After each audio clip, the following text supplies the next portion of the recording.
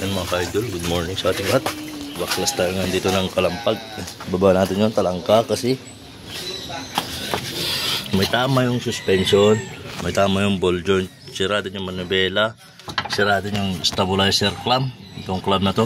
So isahan lang gawa na lang mga idol. Baba na lang natin yung talangka nya. Ayan, baba muna natin, binaklas-baklas na natin ngayon, hindi ko na napakita.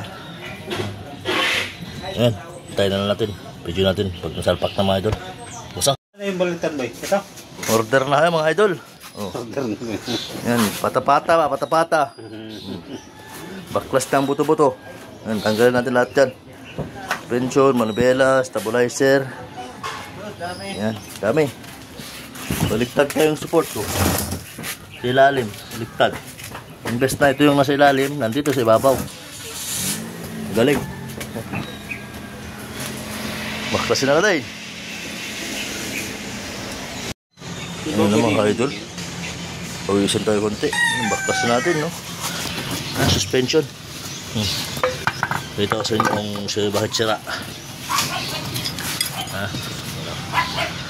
Kulit na yan mga idol. Kabilaan yan.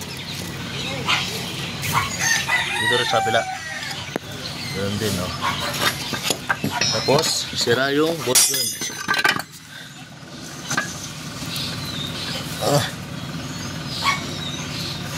Look niyan. Ito natin lang stabilizer clamp. Para isang gawaan lang. Re-repairin pa natin itong manibela. Tapos problema natin yung talangka ni bossing, punit. Tapos yung butas ng ilalim. Ayan, ang laki na, hindi kagaya sa isa. Yan, sakto lang. Dito, ayan ang laki na. Lusot na yung 19 dito mga idol. Tornilyo niya lulusot.